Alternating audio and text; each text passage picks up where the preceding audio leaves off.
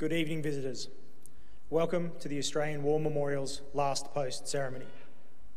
My name is Chris Weidenbach, and joining us today from the Australian Army is Lieutenant Colonel Andrea McMahon. Lieutenant Colonel McMahon will be leaving the Army in early August this year after 34.5 years of dedicated service. Lieutenant Colonel McMahon, we thank you for your service and wish you all the best. We welcome the veterans who have served, those that are still serving, and the families that support them. We acknowledge the members of RSL and Services Clubs Association, RSL Victoria and RSL Queensland who are watching the broadcast of this ceremony across Australia. During this evening's ceremony, wreaths will be laid at the base of the pool of reflection by visitors and students on behalf of the following school. From Queensland, St Paul's School, Primary Department, Bald Hills. Please stand and join in singing the National Anthem.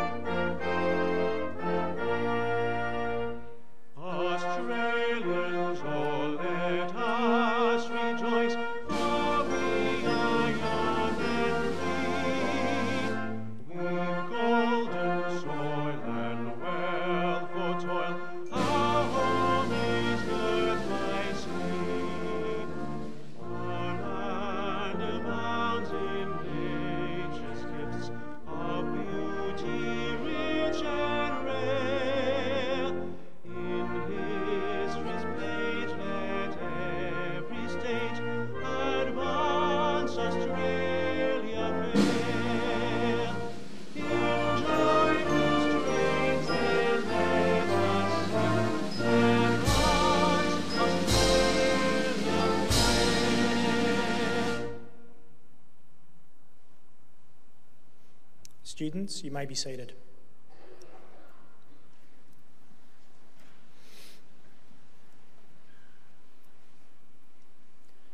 The Australian War Memorial was the vision of Charles Bean, Australia's First World War official historian.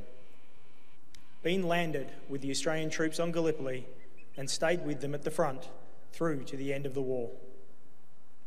The idea of this national memorial and museum came to him at Pozières, France, in the depths of the bloody fighting of 1916. Bean's idea was that this would be a place where families and friends could mourn loved ones buried in faraway places. It would also be a place that could help all Australians understand what these men and women had endured and what they had done for us. Bean's vision, to which we remain true, is best expressed as inscribed in the entrance to the memorial's galleries.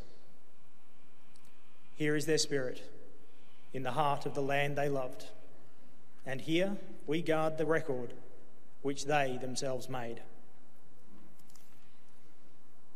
Tonight, we will read the story behind just one of those on the Roll of Honour, which lists the names of more than 102,000 men and women who have given their lives for us in war and on operation for more than a century. But first, we present a lament, Flowers of the Forest. Wreaths or floral tributes will now be laid at the base of the pool of reflection.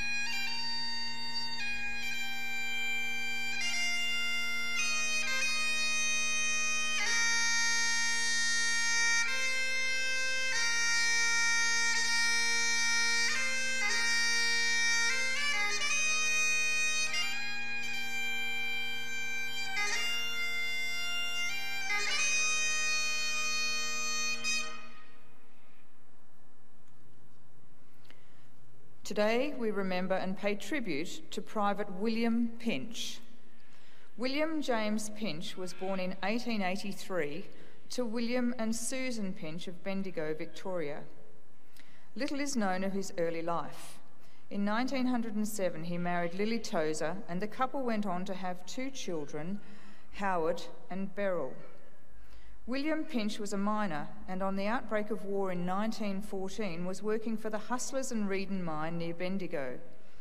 He was described as being of a jovial and kindly disposition and was a man loved by all who knew him. Pinch enlisted in the Australian Imperial Force in February 1916 and went into the local military camp to begin his training.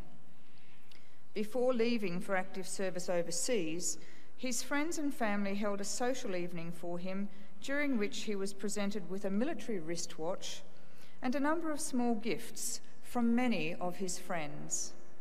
He left Australia on the 20th of June 1916 on board the troop ship Runic with reinforcements to the 38th Battalion. Private Pinch arrived in England in mid-August 1916 and continued training until November, where he left for France. He arrived on the Western Front just as the Battle of the Somme had ended and winter was closing in. The winter of 1916-17 was one of the coldest on record, and the men of the 38th Battalion spent weeks rotating in and out of the front line in freezing conditions. In early February, the 38th Battalion was in the front line near the village of Uplin. Private Hessel of the 38th Battalion described what happened. We were on duty in the front line with the rest of the boys when Fritz started to shell us, but mostly the front line where Will was.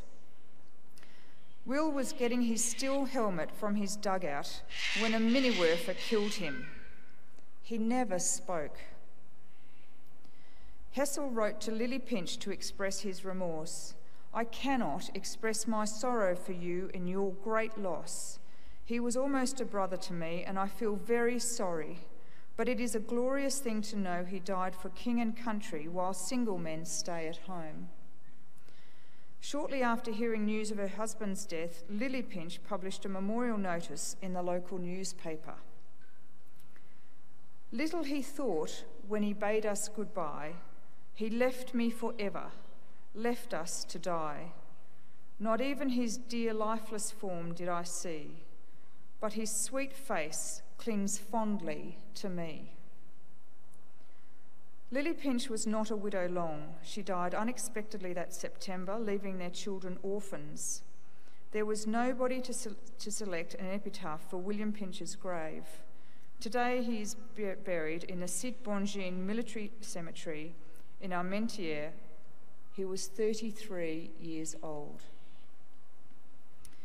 His name is listed on the Roll of Honour on my right, among more than 60,000 Australians who died while serving in the First World War. A photograph of his headstone is displayed beside the pool of reflection. This is but one of many of the stories of sacrifice and service told here at the Australian War Memorial.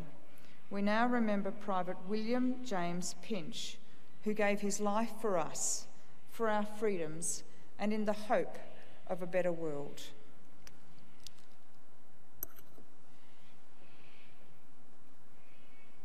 Please stand for the reading of the ode and the sounding of the last post.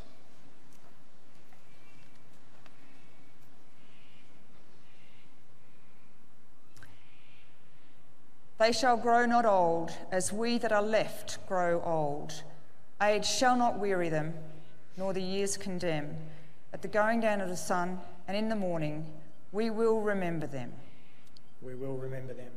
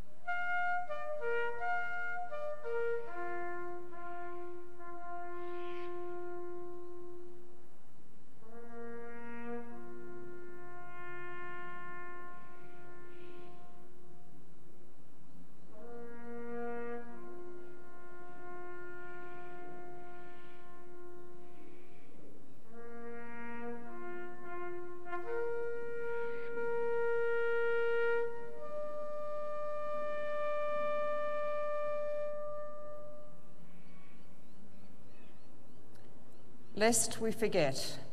Lest we forget.